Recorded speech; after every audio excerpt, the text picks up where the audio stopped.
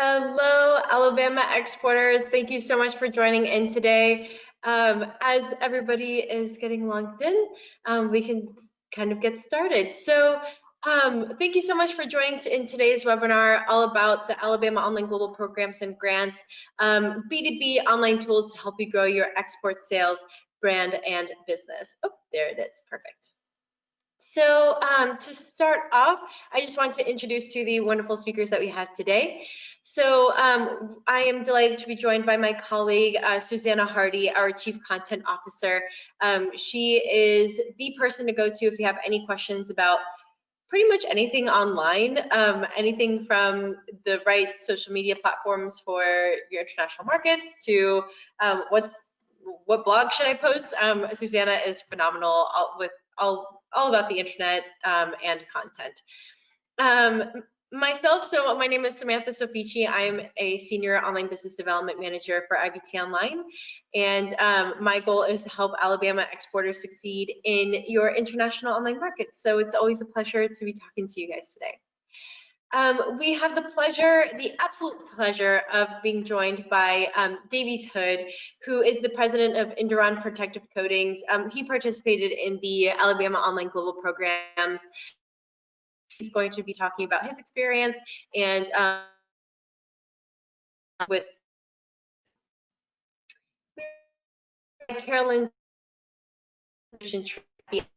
National Trade Center, or the SBDC, and her and Jeremy, so Jeremy Wolfe with the Alabama Department of Commerce, they will be talking all about resources and grants available to Alabama companies to be successful in these kind of strange times of not being able to travel and not being able to do B2B business as usual. So make sure to pay attention during the whole thing, but especially to their session, because they have a lot of really useful information about grants and services and things for Alabama exporters.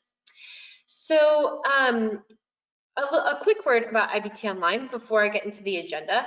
For those of you who don't know us, IBT Online, we've been in business since 2002, and our main objective is to help exporters grow in your international markets through your online presence, so through website localization and international online marketing. We have partnerships with over 20 states, beautiful Alabama being one of my personal favorites. We've helped over 500 companies go global in over 40 countries in 24 languages, so it's a well-trodden road, and we have a phenomenal team in the back end doing really, really good work.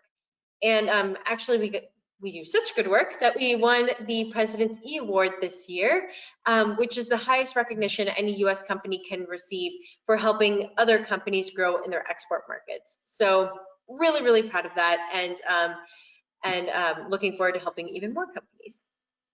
So today's agenda. So first, we're going to hear from Jeremy and Carolyn all about Alabama resources for exporters. Then we're going to hear from Davies, and he'll talk about his experience with IBT Online and the Alabama Online Global Program. Then we'll touch really briefly on website localization, or just general localization, why localize for Alabama exporters. And then we'll go into the meat of the presentation, which is all about e-commerce and international online marketing, two tools to help Alabama exporters succeed in their international markets. And then, of course, takeaways and Q&A. So before I hand over to Jeremy, just a quick word about today's webinar. We hope to provide all of the information in like 40-50 minutes, leaving 15 minutes. So please pop some questions to the chat. We'll be happy. Also, there will be a few polls throughout the webinar. So when a poll comes up, if you can please answer it, that gives us a really good idea as to how we can help you guys better in these webinars and future free resources. So that's super helpful. And the same thing goes for the really quick, like 1-minute survey at the end. We ask that you fill that out. It's just really helpful for us to really get an understanding as to how we can help you better in the future. And with that, we can start our presentation. I'm going to hand over to from the Alabama Department of Commerce. Thank you, Samantha. Good morning, and thank you to everyone for being here today. We're so glad that you've all been able to join us for this webinar to discuss B2B online marketing for Alabama exporters. We're excited to present today's webinar in conjunction with our partners at IBT Online, as well as our partners at the Alabama International Trade Center, represented today by Carolyn Turner. My name is Jeremy Wolfe, and I work as an international trade specialist with the Alabama Department of Commerce International Trade Division. Our mission with the Alabama Department of Commerce is to help companies find overseas markets for selling their products and services in order to increase Alabama's exports around the world. We offer many different solutions to help our Alabama companies locate these markets and figure out the best way for these companies to efficiently and effectively enter these markets. Normally, this would be through activities such as trade shows and trade missions, but in the ever-changing landscape of the COVID-19 pandemic, we have come up with some other creative ways to help, such as offering more webinars and our new partnership with IBT Online to offer website localization services. During this time, we've also added to the list of activities that are reimbursable through the State Trade Expansion Program, or the STEP Grant Fund, as many of you know it. These activities include a host of digital services and different certifications that were not previously reimbursable under the STEP grant, but have been added during this time. If you have any questions regarding these offerings, and there are many new offerings to get into, or are interested in making use of our STEP grant program in any capacity to expand your exports, please feel free to contact me at the information below. If you all have any further questions regarding the services offered by us at the Alabama Department of Commerce or any of our other partners, please do not hesitate to reach out to myself or any other member of the trade staff at the Alabama Department of Commerce. Thank you once again for taking your time to join us. And with that, I'd like to pass it over to Carolyn Turner to discuss what the Alabama International Trade Center can do for you, as well as a little bit about the Export Alabama Alliance. So thank you so much. Thanks, Jeremy. So I'm Carolyn Turner. I'm with the Alabama International Trade Center, which is part of the University of Alabama Small Business Development Center Network. And we work with small and medium-sized companies throughout the state to help you grow your exports and your international business. We do that through a variety of different ways, partnering with other members of the Export Alabama Alliance, like the Alabama Department of Commerce, the U.S. Department of Commerce, Chambers of Commerce, the Port of Alabama, and the SBA, all working together to try to help companies navigate international business and grow your sales that way. Next slide, Susanna. So the Alabama SBDC, again, works with small and medium-sized companies. The things that we provide are no-cost, confidential, one-on-one counseling and advising to businesses in Alabama.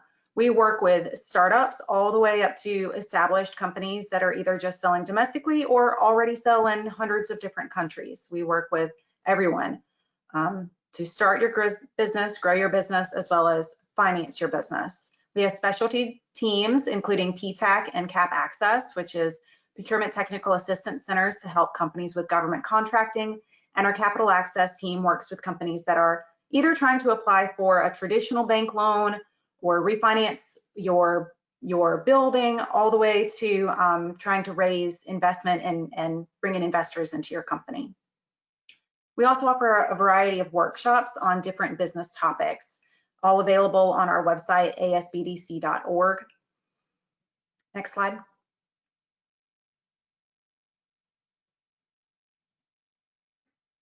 The Alabama International Trade Center is also a specialty program of the SBDC. And we work with companies preparing export market research. So as you're thinking about potentially working with IBT Online to launch an international localized website, we might be able to help you narrow down your focus and pick which market might be a good fit for you to try that international website. We also do one-on-one training related to international business and making sure that you are as ready as possible. We have trade finance consultants on staff with us that can talk to you about letters of credit, export financing, export working capital, and export credit insurance.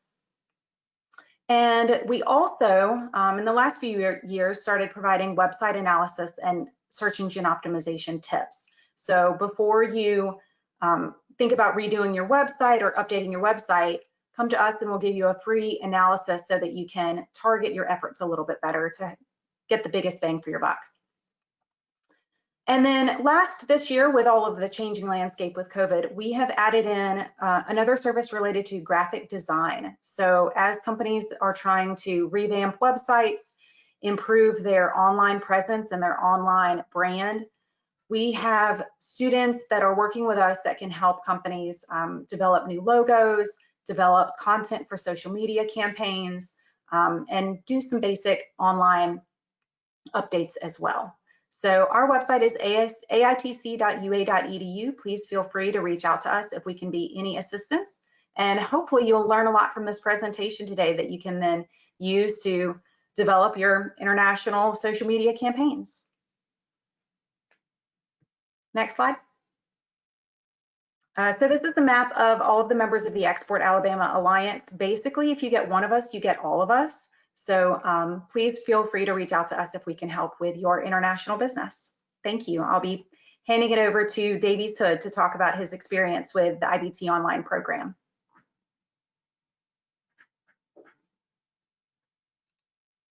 All right, so hello, my name is Davies Hood. I'm the president and owner of Induron Coatings. Induron is a 70-plus-year-old family business based here in Birmingham, Alabama. We employ about 40 people here in Birmingham and nationwide. And we are an industrial coatings manufacturer. We specialize in corrosion protection for niche infrastructure related industries. And those niches are ductile iron sewer pipe lining and coating, water, wastewater treatment plants, steel and concrete, potable water storage tanks, and electric transmission and distribution structures. The large lattice leg galvanized structures that help transfer electricity from point A to point B. That's our newest venture. We've been in that product line for about a decade, and that's mainly what I want to talk about today. It is not something where we got into it to try to sell corrosion inhibitive products for power generation. We don't really care how power is generated. We care about extending the asset life of the infrastructure in place to get that energy from point A to point B. And that's power poles, substations, and like I said, large lattice leg structures.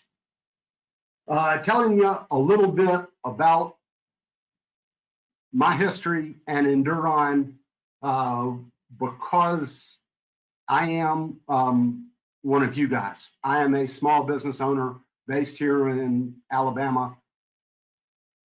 My grandfather started this company in 1947, and like any 70-plus-year-old business or entity, we've learned to bob and weave. We've done different things over the past.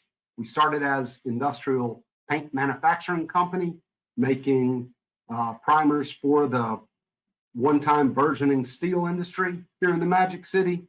We got into architectural coatings, where we had 13 stores located throughout the state of Alabama and the panhandle of Florida. But in the mid-90s, saw the writing on the wall.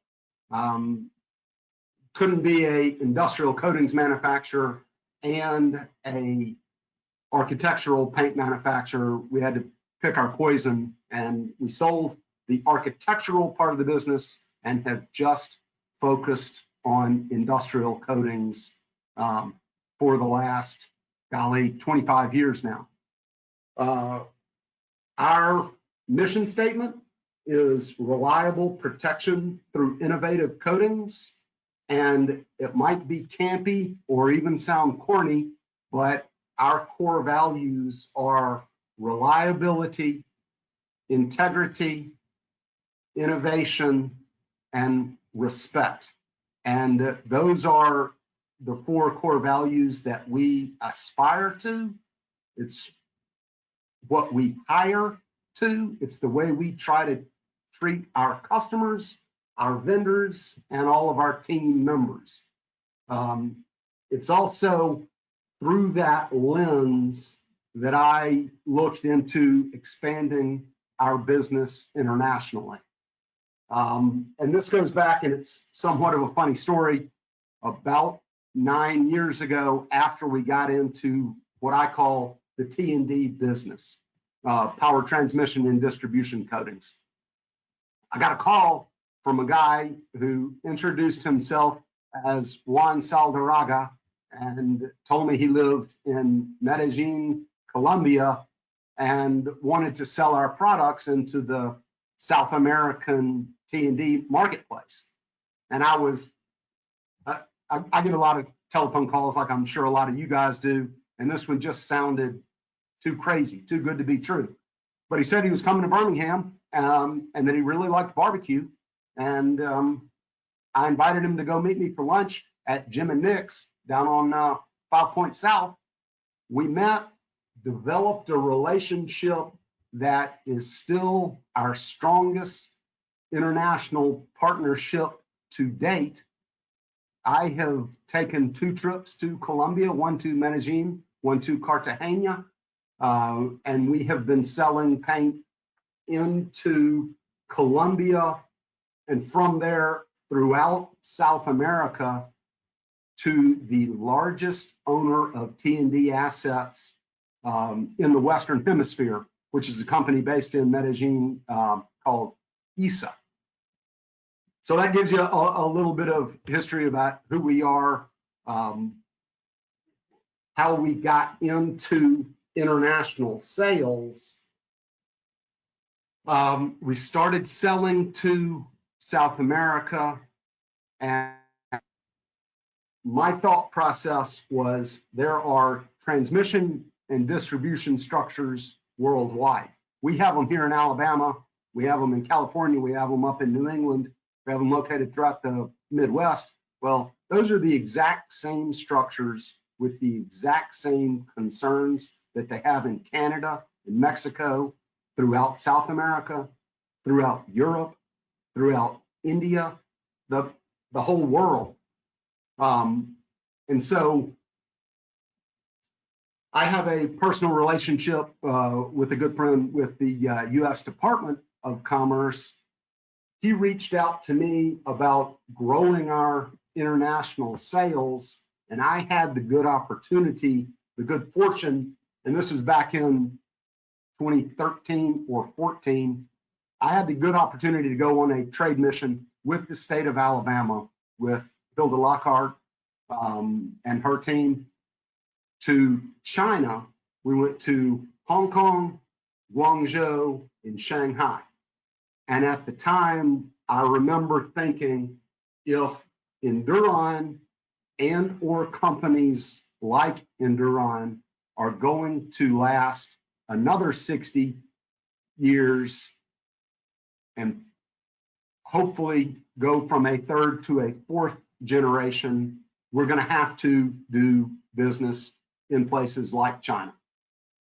International business is what I was thinking about. And I also thought at the same time that Induron and I think a lot of companies are not ready quite yet to do business in China because of some of their rules, regulations, and culture related to intellectual property. But that's another story. But I got into, I had the good fortune to work with the state of Alabama, developed a relationship with those guys and a respect for their team.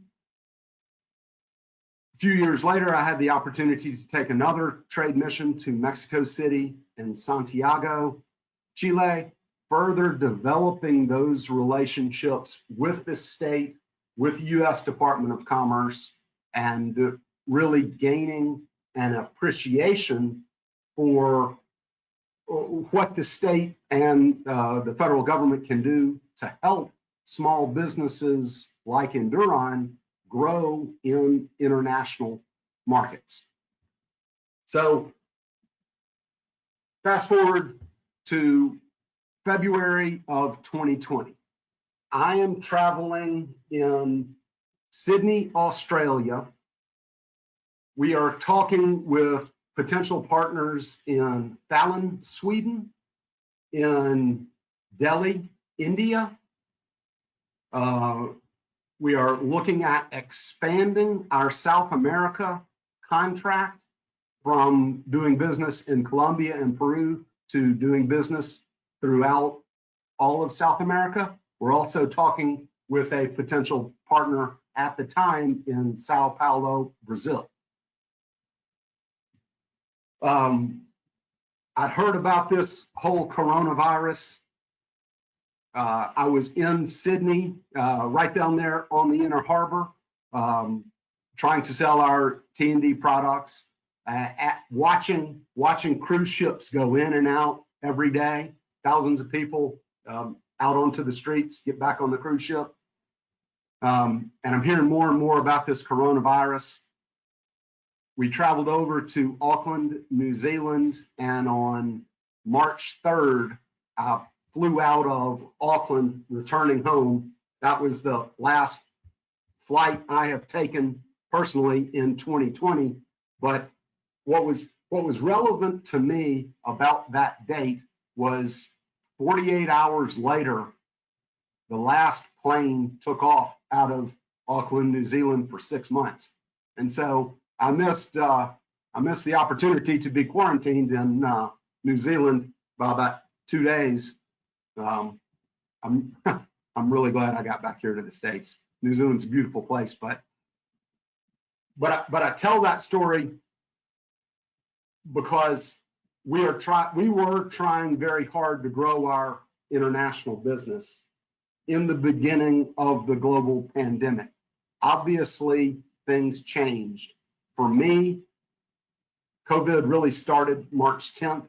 I'm part of a professional group called EO. I was driving to an EO meeting down 280.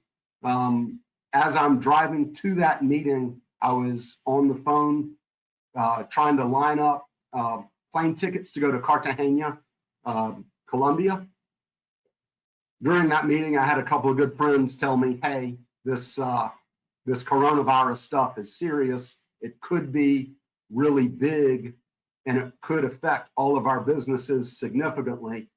I left that meeting and decided, hey, I'm not going to buy those plane tickets. Let's maybe put off this meeting for 6 to 8 weeks. Let us flatten the curve. Well, here we are 9 months later, and I'm sure hope we've flattened the curve. But we're all dealing with a new norm, different challenges than what we thought 10 months ago, and they're going to be here for a while. But we all still need to grow our business. We need to reach new markets. How can we reach new markets? Well, I want to continue to grow our international business. And Susanna, you might want to go forward a couple of slides. I want to grow our international business, and I want to think about different innovative, creative ways to do that. I had the opportunity to attend a webinar much like this, put on by the state of Alabama, by the Department of Commerce, that introduced me to IBT online. And Induron is very active in social media. We have an e-newsletter. We post very regularly. We are active on Twitter. We're active on LinkedIn. We're active on Facebook. We are trying to get our message out there in different ways, always trying to put informative, up-to-date information on our website. I attended a webinar much like this one where I was introduced to the people at IBT online. And the way that I personally work is if a friend or a trusted confidant recommends someone, they've already got a leg up in my book. Well, I was introduced to the folks at IBT Online by the state of Alabama, IBT Online automatically had a certain level of respect in my mind. Then I listened to their pitch, and what their pitch was that they wanted to help small companies like Induron better market to international markets by internationalizing our website, by localizing it for particular marketplaces. And what I'm talking about is to help us not only translate the language on our website and the message into the local language where we're trying to market, but also localize a website. As I've grown our business, I've always somewhat had the mindset, well, the international language of business is English, and everybody understands English. And that is true by and large, but just because people understand English doesn't mean that that's where they're most comfortable. And because of some of my international travels, I know that my experience is that people want to be marketed to and sold to in their own language under their own terms. And by even in Australia, developing an Australian-based website, even though the language is the same, would signify to those guys, our Australian customers, that we are dedicated to that marketplace and that they are important to us. So I made that decision. I had a hard time deciding which of the markets that we sell to internationally to develop international websites. I talked with the folks at IBT Online and we came up with the plan.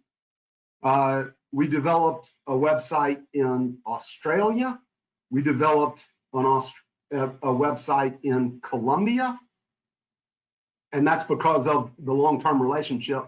We developed a website specifically for Sweden, and we developed a website for Brazil.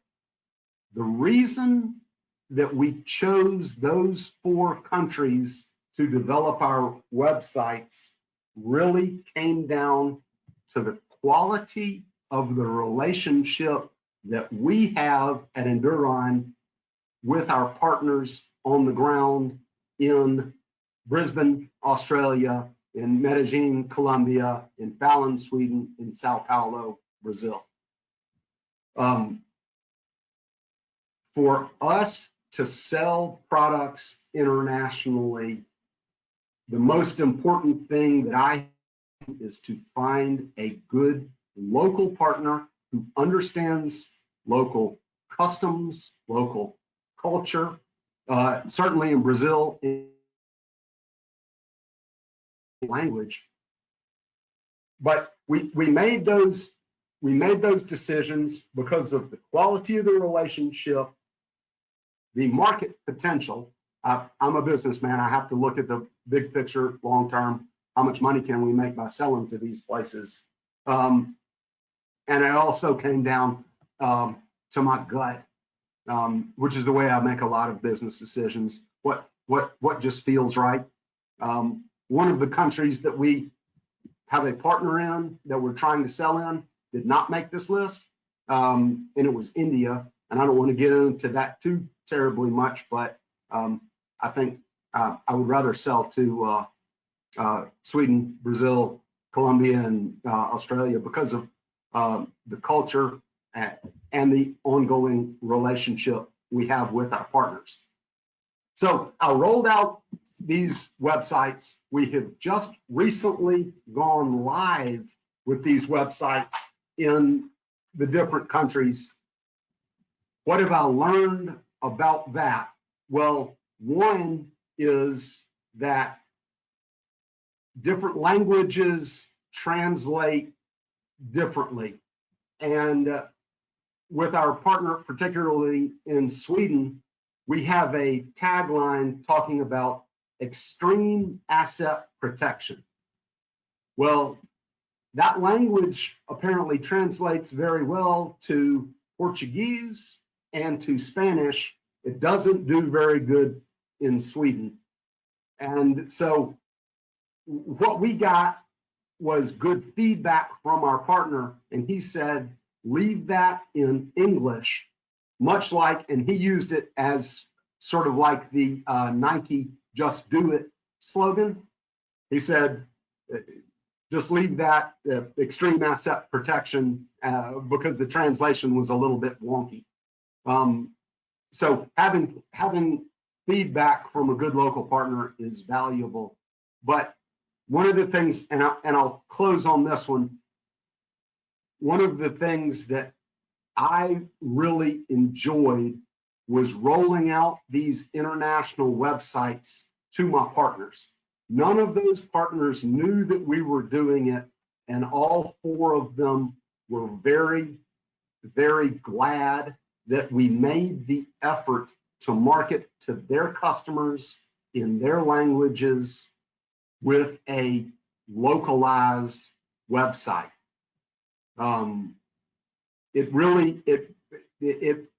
The reaction I got was pretty fun, and I wanted to read just one to you. This was an email I got from our partner Bjorn Stam in Falun, Sweden. He wrote, and word for word, "Wow!" all caps. I didn't see that coming. The website is fantastic! Exclamation point. After a quick read, I have to say that I'm impressed with your translation. Do you have a Swede employee at Induron that you haven't told me about? He got into some other details and wrapped it up and said, once again, thanks Induron for this great effort making a Swedish website. I'll go back to why I made the choice to internationalize is because of the quality of the relationship. The quality of my relationship with my 4 partners now is a lot stronger than it was because of our efforts to do things marketing-wise in their languages and in their customers. And that's why I willingly got on this webinar today to share my story. It's still new, so I don't know. I'd love to be able to tell you it's already generated millions of dollars in sales. It hasn't, but we're only about 2 weeks into it. And I can tell you that our relationship with our local distributors in Australia, Colombia, Sweden, and Brazil is much, much stronger because of this. So I will pass on to Susanna, the microphone, but I'll stick around and answer questions later. Thank you so much, Davies. Just one quick question that I've got for you, because there are 2 that have come in and they're very similar. And I just wanted to round that off. I'm just paraphrasing 2 questions that have come in for you directly now. We're not a company that has a lot of experience in either Facebook or social media, unlike you. So how much management time does all this take? We don't have a lot of in-house resources to make websites. How hard was it? Just sort of a question just to round out, I guess. So I can answer both. Not very hard at all. We do have experience with social media and digital marketing, but that is something that we outsourced 8-10 years ago to a startup here in Birmingham, and have had a lot of success with that. Part of the package that we got with IBT Online includes handling of outbound digital marketing in these countries. So that's something that historically Induron has outsourced, and it's something, it's part of the offering with IBT. From a resources standpoint, we don't have a lot of resources either. I thought that this was a very economical way to get our very important message out. And I'm very optimistic about the ROI that we'll get. So total out-of-pocket cost was minimal versus the size of the potential order that we could get if this is successful. Thank you so much. That's terrific. We're going to go on now, and I think Samantha is going to talk a little bit about a quick overview of localization, and then we're going to talk more about e-commerce and marketing, just very quickly.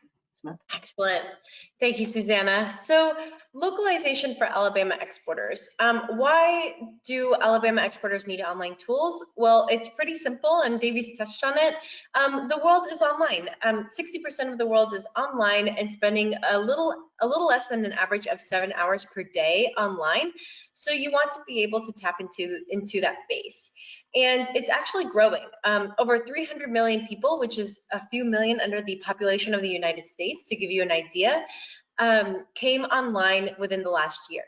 And the increase in active social media users has been impressive as well, with over 450 million people becoming an active social media user since October of last year. So why do Alabama exporters need online tools? To tap into these numbers, to tap into your potential prospects, suppliers, distributors, who are all online and they're communicating. So by having a localized presence, it'll help you get found, be understood, and be easier to do business with.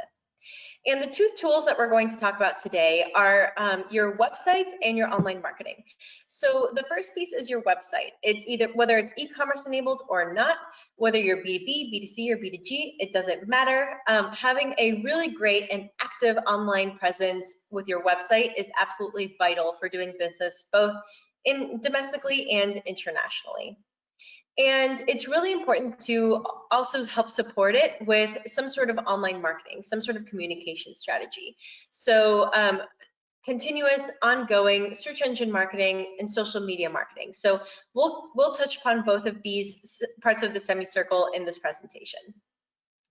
And in an ideal world, this is what it would look like for your international online presence. So you would have your US domestic website, and it'll have its own communication policy surrounding it. So using SEO and social media to draw clients and prospects to your US site. And then for your international clients and prospects, you will need a similar online environment. So, or a kind of digital real estate. So let's say you're targeting France and Brazil. So that also needs a dedicated localized website to act as a springboard or kind of a sounding board for your communications within that market. And it can all feed back into your US website with really consistent branding and messaging. So it's very fluid and everybody knows that it's a US company, but just with a localized presence in those markets. So as a takeaway, make sure you have a localized website first, whether it's e-commerce enabled or not, and then online marketing to support it. So each market will have clear, its own digital real estate with clear goals, buyer's journey mapping, and metrics, and all the other essentials that we'll be talking about. And to really tap into those specific markets, you really need to get an understanding of who your international buyer persona is. So a buyer persona is a semi-fictional representation of your ideal customer base based on market research and real data about your existing customers. And the point about identifying your buyer personas is that it allows you to make sure that you're reaching out to the right person at the right time with the right message, saving both you and your company a ton of time, money, resources. But what it's important to note is that your domestic buyer persona probably will look different from your international buyer persona. So on this slide, we have a few questions that you could ask yourself, like, are there multiple buyer personas for my export markets? How do they find me? What do they care about? Maybe is your distributor a specific buyer persona? So things you should ask yourself. And just to show you an example, we have here L'Oreal, and L'Oreal is frequently cited for how spot on their international online marketing is. So in this example, we first have a screenshot of L'Oreal USA, which you can see it's a group of women, of diverse women, talking, chatting, working. It looks like they're on the top floor of the building. They are empowered, they're in charge, and like I said, they're diverse. And then we take a look at L'Oreal Lebanon, which shows someone who's identifiable to their specific market. So Lebanon is one of the most diverse of the Arab Gulf states, and possibly the most westernized, at least for women. So you can kind of see that in their imagery and their messaging. And then L'Oreal Mexico shows an office environment that is a bit more relaxed than the US, and one that includes both men and women making decisions or collaborating. And it's interesting because compared to the US and even Lebanon, it's the only one with men in the picture. So they recognize that each buyer persona is clearly different, and their messaging and imagery is respectful of that. And in order to reach out to these buyer personas, so in order to be able to communicate with the people in France and Brazil with your buyer personas in those markets, you need to understand how search engines work. So the reason why you can't just use your US website to go global is because search engines are localized. And here we're taking a look at Google, but it also applies to things like Yandex, Bing, and Baidu. And even nowadays, YouTube, Facebook, Amazon, they're all used as search engines, and they are all searcher-centric. So Google itself has 192 country and regional specific search engines. So if you just add a couple of pages to your website that aren't highly relevant to your target audience or your buyer persona, you are pretty much invisible to those people. So say you're targeting the German market, your searcher will more than likely, 90% chance that they're searching in German. They'll be likely to use google.de for Germany. They'll want to see things like measurements in metric and in euros. So think of search engines like Google as lots of different country-specific search engines. And we need to keep in mind that search engines take into consideration many factors when ranking your website in its algorithm. So you have registered domain names, hosting, you want to have the proper keywords. All these things that we cover in other webinars are things that Google takes a look at to come up with the most relevant websites and pages for that searcher in a matter of milliseconds. So you want to make it as easy as possible for Google to recognize that your website is for that dedicated market. And done really well, this is what your analytics would look like. So here's an example of a B2B website that we created for Australia. So it's on .au, it's hosted in Australia with SEO for the local market. And as you can see, after 1 month of the site being live, you can see that the majority of traffic, so 77%, is from their main target market, so Australia. So even though it's in English, it shows that it's barely relevant to other English-speaking markets like the US, United Kingdom, and India. So the same thing goes for your US website going abroad. And that's why we created our online global programs. And we have this Alabama online global program that Davies took advantage of. So it'll help you reach new markets, maybe B2B distributor recruitment or support. Depending on what your goals are for your online presence, we can tip and tailor it accordingly. And there are step grants and funding available from Alabama to help you do it. So just real quick, our website localization program, our options A and B. Option A is with a limited scope, so 2 websites with 12 pages and 2,000 words, and it's $12,000, but there are step funds available to use towards that program. And then option B is just anything above and beyond the scope of work of option A. So regardless of what countries you want to go into, if you would like to have your website localized, and as long as you qualify for the step grants, there will be funding available to use towards this program. And just a quick case study of another company that used this was Avionics Support Group. So a company that was highly technical, has a lot of technical products for the avionics, for the aviation sector. And they needed a website to help their sales reps in market to be able to sell their products and the technicalities of it, to help explain the technicalities of it. So we created these localized websites, starting with China and Mexico, and then expanding into various others. And by having these localized websites, their exports grew from 2.5 to 5 million. So we were really, really proud of them. And these websites are based off of their US site. Susanna, do we have time for a very quick poll?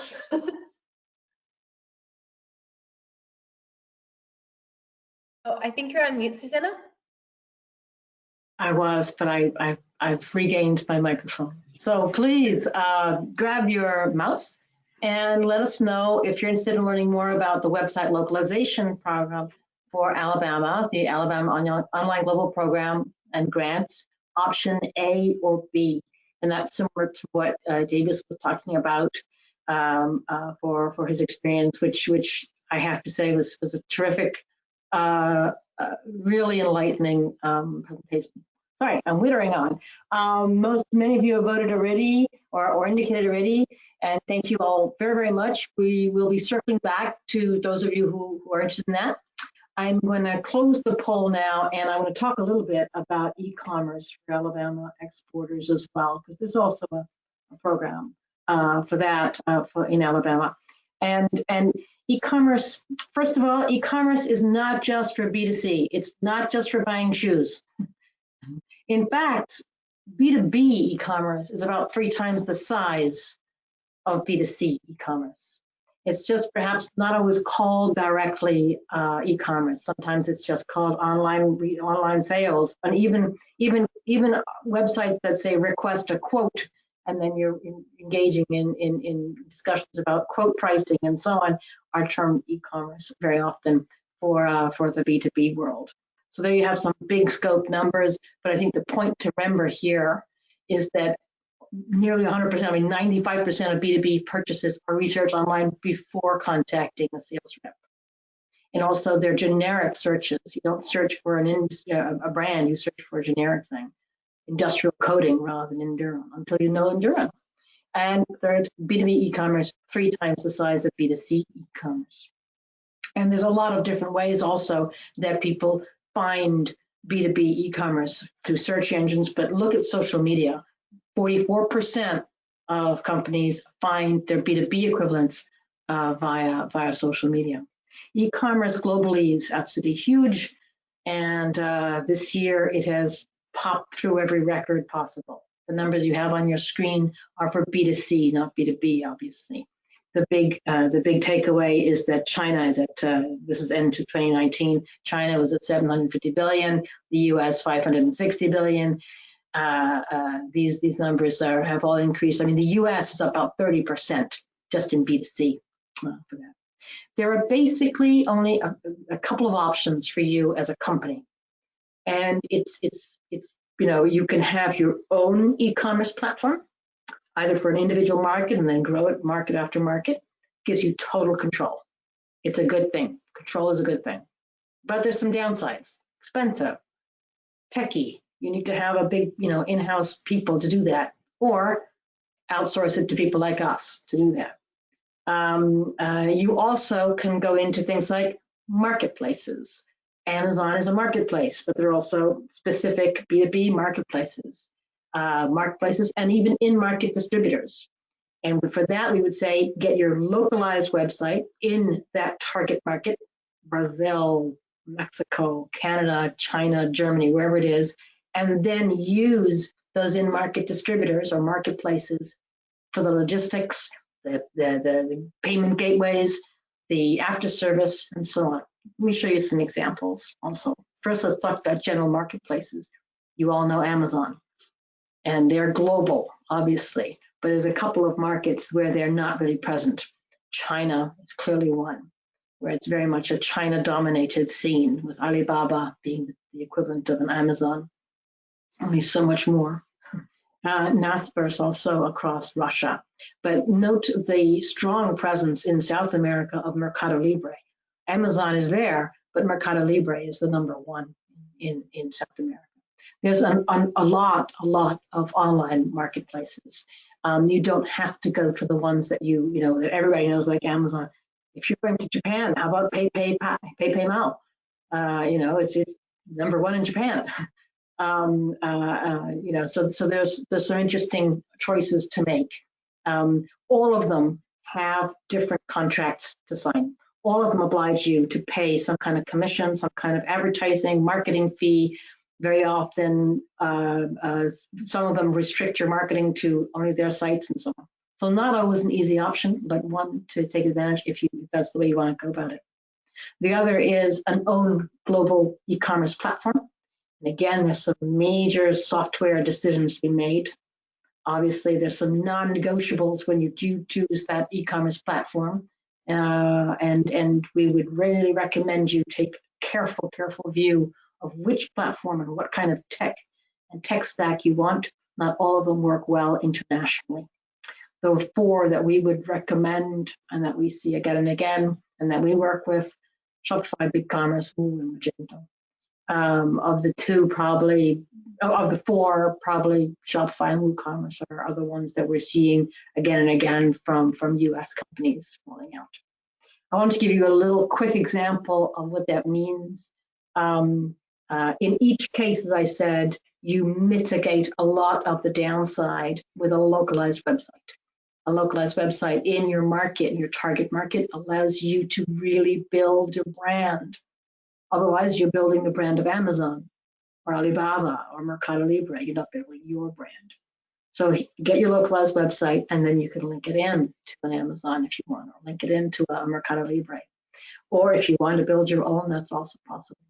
In any case, we have an option E for Alabama companies, option E for e-commerce. Step grants are available for that, and it's you know, we can build you an e-commerce enabled website. The actual price depends a little bit on how many SKUs you take and how many pages, you know, how vast, how many SKUs, stock keeping units you have on each one. But in each case, there are some grants available. The example I'm giving you online now is one in Brazil from for a specialist pin maker, valve maker. But I think my takeaway really is just to make sure that you have a localized website that backs up the e-commerce, even if you're not having your own platform, in order to build brand consistency on that.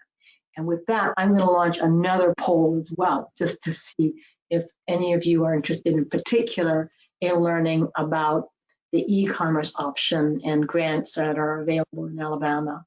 And if so, please let us know. Have I actually launched that? Yes, sorry.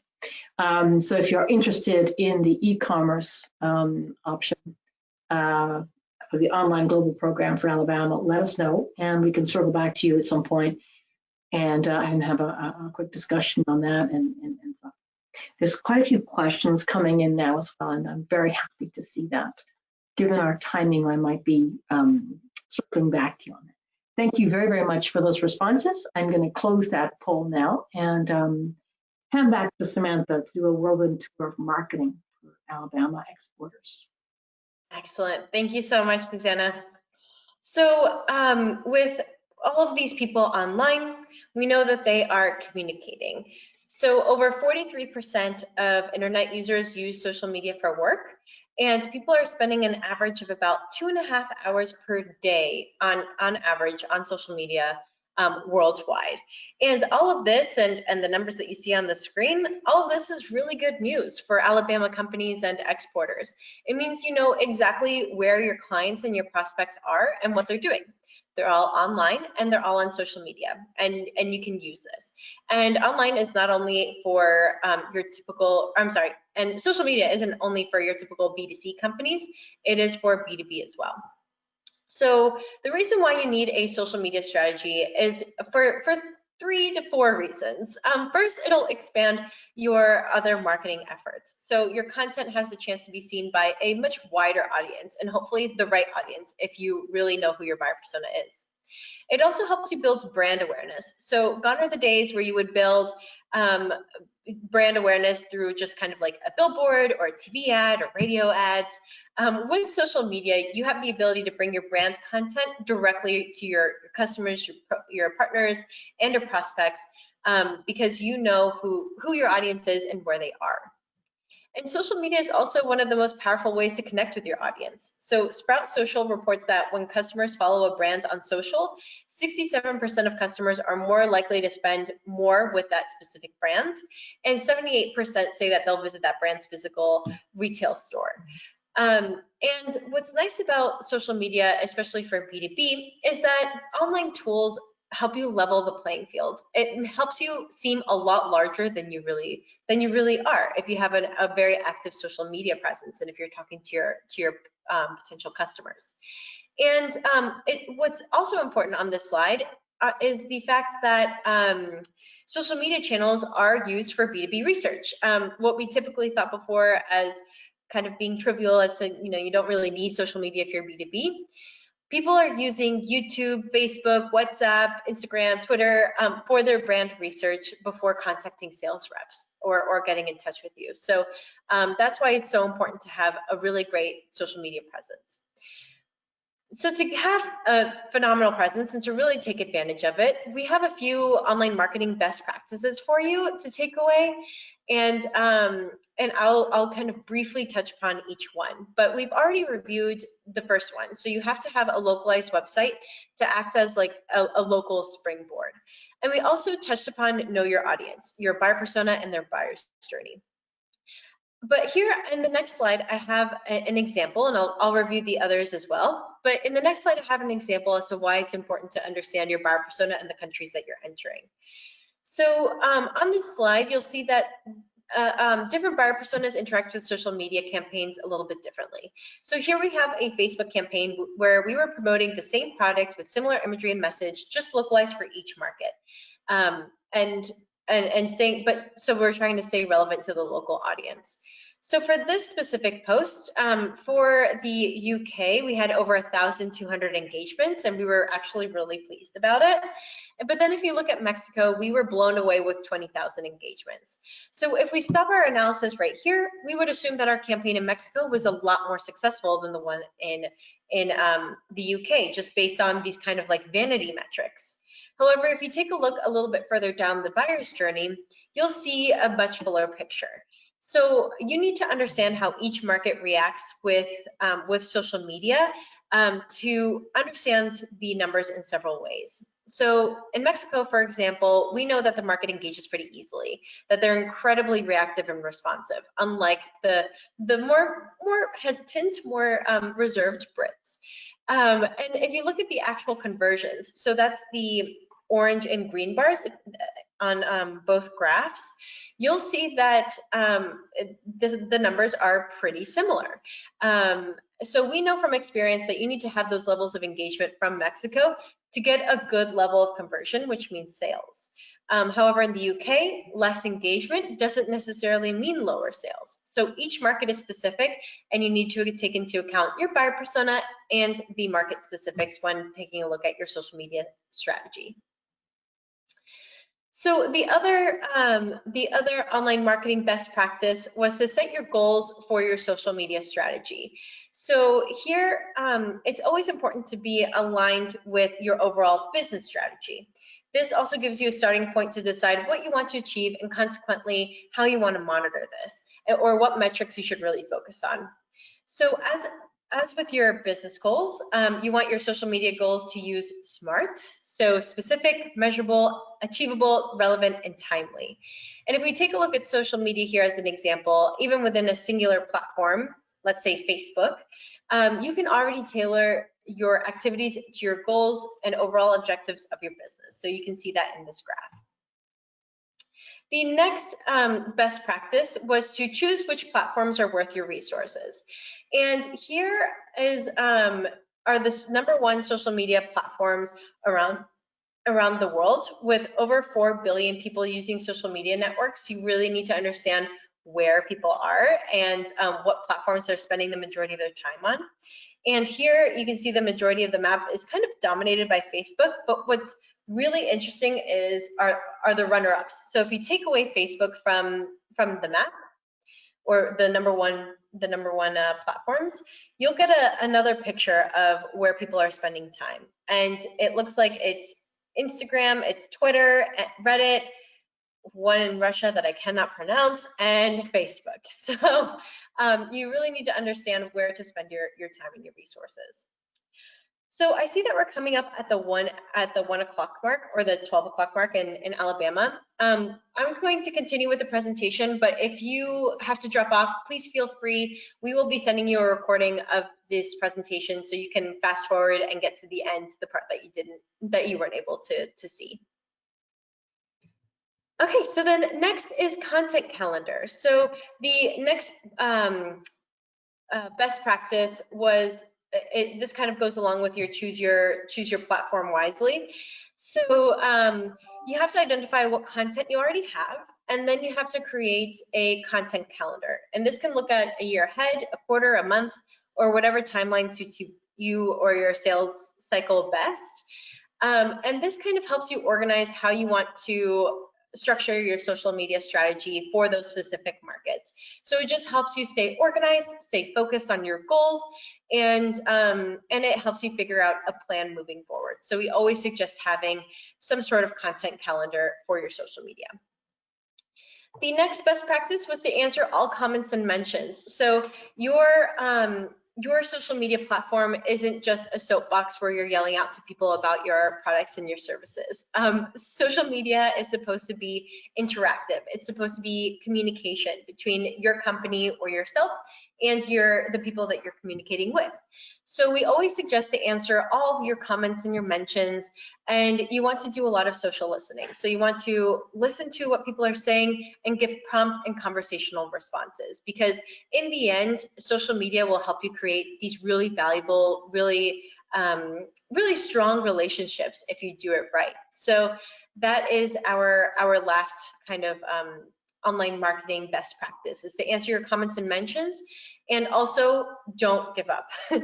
I know it's hard. I know there's a lot of things that companies have to focus on, and social media just seems kind of trivial, like you can kind of put it off to the side and then forget about it for a couple months.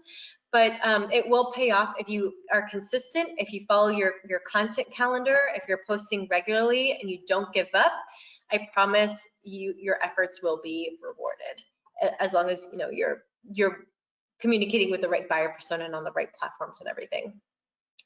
And if you need any help with this, IBT Online does have International Online Marketing Program, which are options C and D on our Alabama Online Global page, where we aim to be kind of like your in-house, out-house marketing partner, and we would be able to take care of your ongoing, continuous search engine marketing, social media marketing, and reporting and analytics for option C, and option D kind of a la carte approach. And we have an example here of a company called Amsoil that did online marketing with us. And we do their marketing for Australia, France, India, Latin America, and the UK. And they plan on expanding to other markets. And they use online marketing for brand recognition, and also to increase their sales and drive traffic to their specific distributors. So we create blogs for them. We help market them on their respective social media platforms, of course, all localized for the markets that they're entering, to help them achieve those goals and to help them be successful in their target markets. So we're really proud of our work with them as well. Please note that for international online marketing, there are STEP grants available for that. So if you're interested, please let us know, I think, in this next poll. Yeah. Yeah, you guessed it, so I've got another poll. So if you have an interest in the marketing side, let us know. We can circle back with any information that you need for on the Alabama Online Global programs and the grants available, and what that all means for you. Thank you all very, very much. Most of you have actually already replied. That was very quick of you. Thank you. Getting the hang of these polls. Thank you very much. I think I'm gonna probably close that poll now. Find my mouse. Thank you very much for voting on that. So I'm gonna close my poll and just give some final takeaways and things. I guess from our point of view, why we think Alabama exporters really could benefit from online business development tools. It's because everybody's online. What did Samantha say? 4.6 billion people are online, and they spend an average of 7 hours a day online. So, and as I think Davis said, expressed so well, having a localized website really, really, plants you into that market and makes your distributors happy that they are really being taken care of. It's one of the best tools you can give your in-market partners. I think that was a great case study that we heard earlier. So please take advantage of the Alabama Online Global programs. They're there for you. It's all about lead generation, engagement, which leads to sales, long-term brand recognition and brand awareness. But it's really about your top line, lead generation and building sales, getting more sales through the door via online. And I think so all agreed it's not going away in 2021, even when we do finally all get this vaccination. With that, there are a lot of questions that have come in for that, and I'm not sure again how much time we have for that. We've all been very generous with your time. I just like one or two little questions for that. The first one, perhaps maybe for Caroline or Jeremy, I'm not sure, is how long does the STEP grant take to get to apply for? It says, how long does the STEP grant take to get? Caroline? I can answer that one. So the STEP grant has a whole process. Once you express interest to us that you are interested in the STEP grant, we'll begin the process of getting you to fill out the application and to work on getting you started with the whole process. And say we take IBT, for example, we would have a few calls with IBT, figure out how long it would take for you to get the website up and running. And as soon as all of the payment information is submitted to the Alabama Department of Commerce and our team in the trade division, is when we can begin the process of reimbursing for the STEP grant. Thanks so much, Jeremy. I have another question for Davies. Davies, if we're new to export, we've only started exporting recently as a B2B Alabama company. Would you recommend that we get localized websites for our target markets? Yes, Okay. definitely. Okay. If you're already exporting, reaching out to different influencers in the market always seems to me to be a good idea.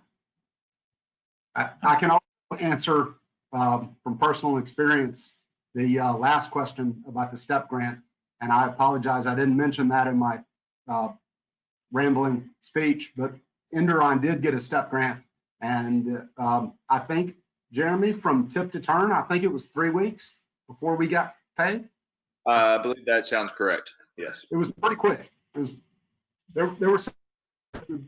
the state's good to work with. And if you're new to export, yes, it's definitely worth it to establish a localized global website, but you have some work to do first, hopefully with the help of the Export Alabama Alliance to help you pick your target market. It's a big world, and you have to be strategic about where you invest your time and your efforts and this money. So that's why we're here, to help you kind of figure all of that out and help you develop that export strategy. I just wanted also to remind people you have the contact details there of everybody at the bottom of your screen. If everyone's looking for that, I can see 2 people asking for that as well.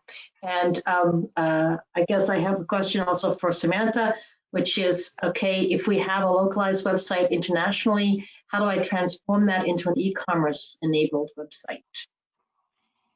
Yes, great question. So we can easily do that for you if you do an option A, for example, and then later on decide that you're ready to make it an e-commerce platform. We would be happy to transform it into an e-commerce platform. That's no problem. Just another question, I guess the last one for Davies is just the question, which is in those websites you have, does your local in-market partner get all the same information as you? I guess they're referring to your contact forms, your contact us, your request to quote forms, things like that. Yep, everything, when there is an inquiry, it comes to us at Induron here in Birmingham and our partner in Tallinn, Sweden, or in Sao Paulo, Brazil at the exact same time. And I really want, we've got it set up where I really want the response coming from our local representative, unless it's a terribly technical question, and then our team will get involved here in the States. But the more local that back and forth communication is, I think the better for our customers and for our partners. Okay. There's a few more little questions, but I think they're quite technical. We can deal with those ones. They're about the online specifics, like, you know, content management systems and that. We'll deal with that. You've all been so generous with your time. I wanted to thank you all. It's been over an hour. Jeremy, Carolyn, and most of all, our star Davies, really fantastic to have you all with us today. And most of all, Alabama companies, you've been with us for over an hour. Thank you. We know your time is precious, so we really appreciate your joining us today to talk about the online global programs and to hear one of our own from Alabama talking about their experience and how it's all worked out for them. It's really great. So I wanted to thank everybody, especially also my colleague Samantha, everybody, and wish you all the best, and keep on trading, keep on going, and survive to thrive, as they're saying. And then and we hope to see you all soon in person. Just put that out there. Whether it happens or not, we'll put that out there. Thank you all so much. And we will circle back with questions which if we didn't answer them. Thank you, and stay well. Thank you all. Bye-bye. Bye. Bye-bye. Bye. Bye.